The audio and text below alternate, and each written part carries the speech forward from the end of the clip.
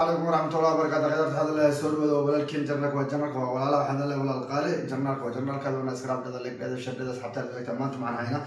ما أنتم هنا بريها نقدش يقصو بدأت عيال ويرو إيو أو عيال ويرو اللي لكن ودد وويرو دد كديلو دد كدعو أوه وح على وحير واقف بين هذه القسمين.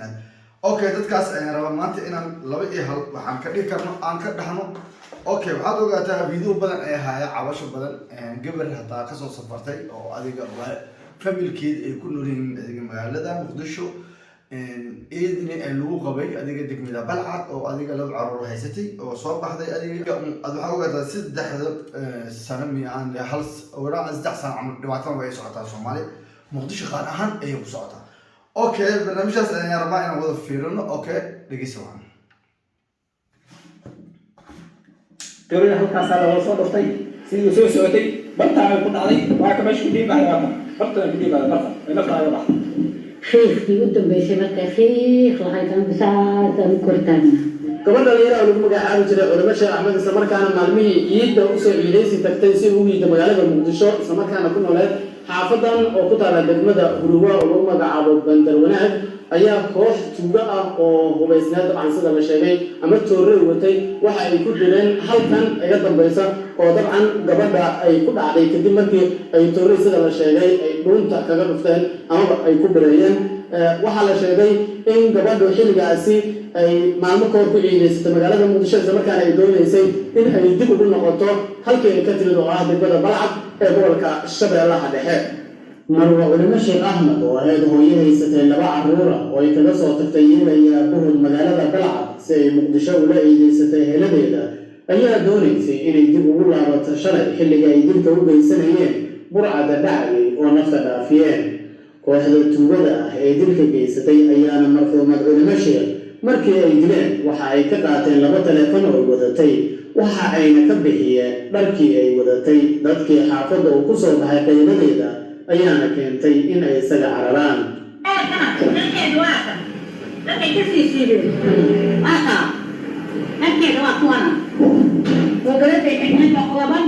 toorayda markii lagu soo dhuftay oo nafta la soo carartay oo halka nafta kula soo dhacday haddana intay ka daba yimaadeen markay gabadhii dhacay waxay damceenba inay faraxmeeyaan haddana gooberadii iyo maxay ahayd markii ka siiyeen aabbaha guriga ila taagan dabcan isla markaana lagu magacaabo Cabdi Cali Maxamed ayaa waxa uu ka warramay dhibaatadaasi iyo sida u dhacday. gabadhii anaa Balcad ay socotay waa nimca salaamaysay markii ay naga tagtay banaanka qaylan ka maqalnay qaylan banaanka ka maqalay haddana u baxnay gabadhii ay noqotay hadday ku carareen tooro ku taaganaatay hadday soo cartay agteeda gabadhi ku soo dhacday gabadha laba caruur ay haysatay laba caruur Balcad ay joogtay anigu ay ii timid maankii iida ii timid إيدا بإيدا وهذه إيدا يسوي تيمان هي إيدي هذيك إيدا تكري كم بعده بعتان السفر ولا عيلا بحرت شو هذا هذا بشيء محمد التأجر شو هذا هذا بشيء شو هذا بشيء تقول المتاري صعب تأبي صاحب يقول بيتي بصعد علي ما بيلوني كقاعد dhanka kale qaar ka mid ah dadka dariska ah ee xaafadda deganaa markaana ku soo baxay markii falkaas u dhacay ayaa waxa ay ka warrameen sida wuxuusnimada ah ee gabadhaasi dabcan loo dilay. أنا قبل أيضا نفتق بحلم كل صوب بحر ما أنا وين قلنا تقلنا قلنا كجيل أنا بنات إسكت صوب حافظ إسكت أنا جوا قلنا أيضا التوني قبل أيضا نفتق بحلم ما ونسكت دور قلنا نسوق لي كان نتذكر دليل ددوا وين دق إرهاله نحن نقول معنا كنت نقول معنا قبل التوني كل نفط ونفتق قار سبح من هنا هاي وأقول على قبل هالبولها القوي وهي حتى ما بيشغل ولا بيشجع حي ما كشال دل كان بان ما دراي معهم ستة مرات قرنا صوب القول إنه بيشجع وحتى يقدر توفيق قوي لا ينبغي إنه قبل بالي مرة وهي المركب قدام بيسوي توفيق إنه قبلنا هذا دل كان شيء ما توب واقفنا واحد إلهي هينو نرقبتنا ما هي سنة يتاسوا gabadhan shalay markay dhimanaysa waa kor taagnay markay waadkaas ay gabadhii waa la iska qaada gabadha jidkaasaa lagu soo dilay toorreeya halkaa laga geliyey kabacdi nimankii maray ka soo tageen ay moobeeladiina ka qaateen gabadhii naftay la soo carartay markay la soo cartay halkan albaabkan hortiisay ku dhacdo naftuna halkaasay uga baxday khiirkii u dambeysay markaa khiir lahayd aan bisaacadaan u kortaagna baa haddii la qaadi lahayo si eediida hala geeyaa la yidhi si eediida la geyn lahaa wax lagu geeyaa la waayey kabacdina balcaday gabadha walba ka timid balcadeediya loo qaaday waana lagu aasay meeshii ninkaan odaygaa soo cararay maxay haytay war maxaa dhacay markuu yidhina toodayba isagii lagula soo caray naftiisu la soo caray uu guriga ku soo caray waxaa kuri markaa kadib xaafadii oo dhan baa ilaahay soo saaray oo xaafadii oo dhan baa soo baxdo waa la buuqo waa la qayliyo tartiib shidanaa la shidan mootadoodii ay haysteen halkanay ka wareegteen jidka weyn oo jidka maydkay ku dhaceen jumhuuriyay halkaa ka galay laakiin xaafadda hadda dil baa ka bilowday in aqalada hortiisii la isku gowraco dilkaasaa hadda xaafadii ka bilowday xaafadduna ayaantan dambe aad bay u qasantay ammaankeeduna aad buu u xumaaday abni hadda oo xaafadii joogo oo wax ka qabanayo oo maxay haytay nama jiro naga tuugada waxaa noo keeno nin soconaya ma yimaado waxna ma jiro halkaasunbay bajaaj dhigaysa halkaasay istaagaysaa waa ku kala wareeganaysaa fatax daw waa la cararaysaa taarkadiina adyaan waxaanu ka joognaa waa bajaajnay adyaan bilaahi tuugada ayadaa wado ka waxdilaya ayadaa wado ayadaana la baxsanayso taarkana ma qaataan taagooyininta badan ma sitaan yaaba laydinka qorin camal waxaa laga qabto waxaa kaloon rabnaa ninkaas odayga ahoo miskiinka gurigaasuu degan yahay maxay hade waxay haystaan male waa saaxiibal ciyaal isagay shalay gabadhu ku kor dhimatay waxaa laalayaalo waxay haystaanna ma jira sidaa u jeedaan baa ka saar marka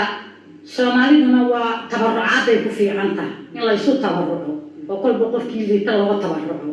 ninkaa odaygaana waxaan dhihi lahaa soomaalida dal iyo dabad meeshii ay joogaanba ha u tabarucaan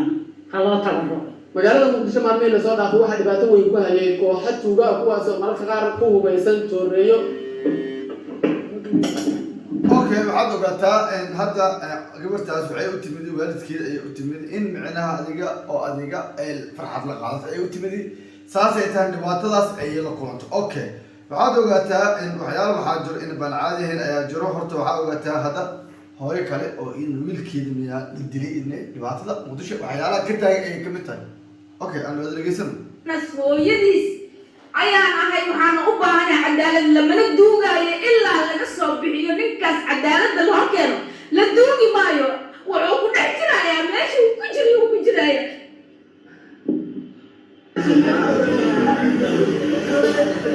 anas yuusuf maxamed oo ahaa nin dhalinyaro ah oo ku shaqaysan jiray mooto bajaaj isla markaana ka beeri jiray reer laba xaas uu lahaa iyo sidoo kale caruur iyo qoyska iyo eheladiisaba ayaa askari ka tirsan ciidamada dowladda Soomaaliya waxaa la sheegay in uu maanta ku jiray isgoyska Digfaar degmada Hodan ee magaalada Muqdisho waxaa la sheegay xilli uu isgoyska marayay in askari ka tirsan ciidanka dowladda gaar ahaan kuwa halkaas ku sugnaa uu markaasi rasaas ku furay sida ay sheegeen ehelada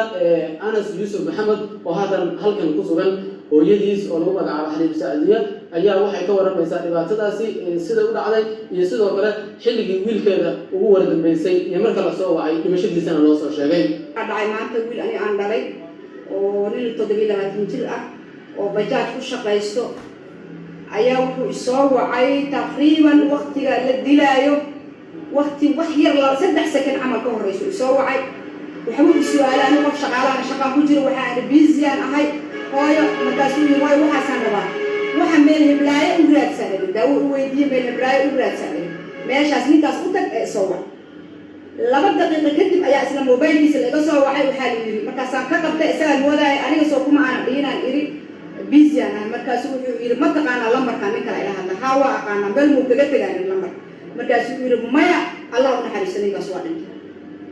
intii markii la yiri hooyo aan xoogaasi baan xanuunsaday waan dhaqaaqay waxaan aaday meeshana loogu sheegay meydka aniga dad asxaabta iyo waalidiin meesha hadii aan tagnay isbitaal Digfaar aan ugu tagnay ninkii meydkiisa oo meesha yaala meeshii ay wax ka dhaceen ayaa haddana dib aan u fiirnay meeshii aan tagnay meesha waa meel ciidan degan yahay position ciidan ah oo ciidanka aad ugu dhow ayaa dhiigiisa oo yaala ninka meesha uu ku dhacay wixii oo dhan la soo tusay wiilkana waa wiil bajaajkiisa ku shaqaysto laba xaasna ka biila ayuu ahaa alxamdulillah ilaahay baan intaas noo gartay waxaan marka hadda rabaa waxaan way dhacaan wayna soo noqnoqdaan ma aha midkayga keliya waxaan u hadlaa kayga waqtigiisaa dhammaaday laakiin qiso mar walba taagan ayaa jirto waxaan ka codsanayaa madaxda waddanka oo ugu sarreeya madaxweynaha haddii alla kuu roon yahay guddoomiyaha maxkamadda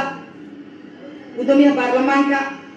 ra-iisul wasaaraha hadda jira ku beelgaarka intaasba waxaan ka codsanayaa iyo inta cadaaladda ka shaqayso iyo inta nabadda jecel waxaan ka codsanayaa iyo taliyaha booliska waxaan ka codsanayaa in kiiskan soo noqnoqonayo min fadlakum ee meel laga saara maalin walba hooya ooynays maalin walba ilma agoontoobaya wixii ku agoontoobaya waa waxaan macno lahayn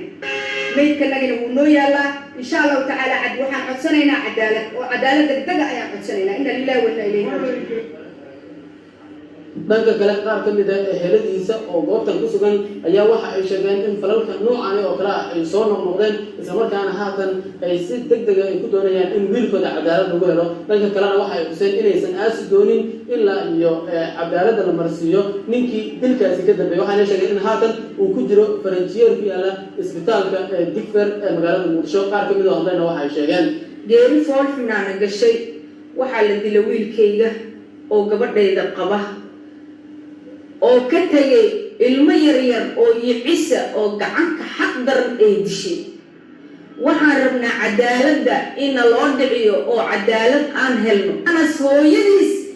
ayaan ahay waxaana u baahanay cadaalad lamana duugaayo ilaa laga soo bixiyo ninkaas cadaaladda loo keeno la duugi maayo wuxuu ku dhex jirayaa meesha uu ku jiraya isbitaalka dufeer uu yaala mana la duugayo ilaa laga helo ninkaaseeto madaxweyne xasan sheekh adiga kuu xilsaarna intii amniga ka shaqayso dhan adiga kuu xilsaarna waxaan ahay gabadh qarana waxaan ahay maxaan tahay gabadh qaranka u shaqayso wiilkaygoo la dili kama aamusi karo waxaan u baahanahay cadaalada u baahanahay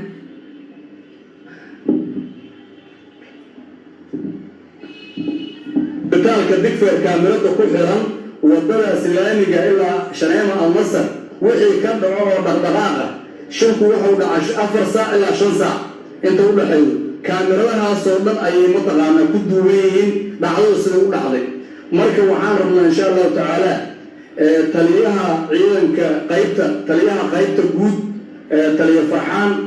iyo taliska booliiska soomaaliyeed iyo CID-da iyo taliyaha degmada hodan waxaan rabnaa kiiskaas inay si cad oo waadix ah inay u baaraan garsoorkana ay la wadaagaan hay'adaha garsoorka wiilkaas muxuumka iyo waalidkiisina inay cadaalad helaan maamulka oo ugu sarreeya madaxweyne xasan sheekh iyo hay-adaha amniga dalka ka jiro dhanna waxaan leenahay war cadaaladaa la rabaa war maalin kasta wiil yaroo maskiin oo bajaaj wataa la dilay waxaan ku soo jirnay sanado badan oo weliba askariyaa dilay lamana yaqaano eraygaas waxaa weeyaan waa xanuun badan tahay soomaalida dhan ay dhibtay waalidiintay dhibtay khaasatan dadka muqdishoy dhibtay waxaan doonaynaa in cadaaladda nala waafajiyo ayaan doonaynaa naloo soo qabto ciddii oo mataqaanaa ilmaha ayagii dishay oo wiilkaas dishay ayaan doonaynaa nin da-yar ahaa nin dalka wax u barta ahaa nin bataliyoonkii maanta ka raadiyay isagoo wax bartay ayuu bajaaj batalyoonkiisa ka raadsanayay wuxuu ku dhintay meel aan loo qaateen ahayn ayuu ku dhintay inta badan magaalada muqdisho waxaa ka dhaca dhacdooyinka noocan oo kale ah oo inta badan ay geystaan cid okay horta waad aragtaan beryahan iyadoo ay jirto ciidankiini dadkii masaakiinta ay dilayaan okay ciidanka barnaamij qolo kale waxaa soo baxay in la dhahaayo mindooley qaar la dhahaayo cayaar warif bilaayoo dhan ayaa u kulantay dadkii shicibka yaa u maqan waa su-aasha taalibcayta shicibka masaakiinka ah yaa u maqan waxaad arkaysaa cayaal warifaa soo baxeen cayaal mindiyaa soo baxeen ciidanka dowladda dadii dilayaan meel la aadan male waxbaa sheegay markaan jireen oo kale intee ka baxaa meel alla ba sheekada wallaahi beryahan soomaaliya aan gaar ahaan muqdisho dhibaatada ugu badan haysata ayaa taas ah waxaad arkaysaa waxyaalo badan waxaad arkaysaa in baan caadi ahayn hooyooyinka soomaaliya maalin walba mid ayaa oyso maalin ilaahay siiyay mid ayaa oyso haddaysi oyni waxaad u malaysaa in micnaha oo wadanku micnaha oo maalin ilaahay iskeen askariyaa wax dilay nin mid wata wax dilay nin cayaal warifaa wax dilay saan waa lama la jooga soomaaliya waxaan leeyahay idinka ahaan ayaa iska qaban kara ciidan iyo dowlad iyo wax dhan idinka iska qaban kara waxaa iskaga qaban karta waxay tahay haddaad isku duubnaataan idinka ayaa wax walba iska dhici karo هذا الكيس أننا مثل سوء أرداي هدي لو قاتو خنطق فوضى وقاتو بدي لك لو قاتو ماشي بوديو يا الله قبسة عد لو قبسة هيما لكن المهمة دي بعتها إن اللي سكوت دوبنا ولا لا يخلي كمان برنامج كان هاي أنت تصير هاي وهذا اللي هاي هذا ظهر لنا جوستي نوشر كذي هذا ما كان هقوله ولا قال سوري وجرنا كمان أسكراب هذا لايك هذا شير هذا أصحاب هذا سوسنا خطونا سعدوا عظمات خطونا عظمات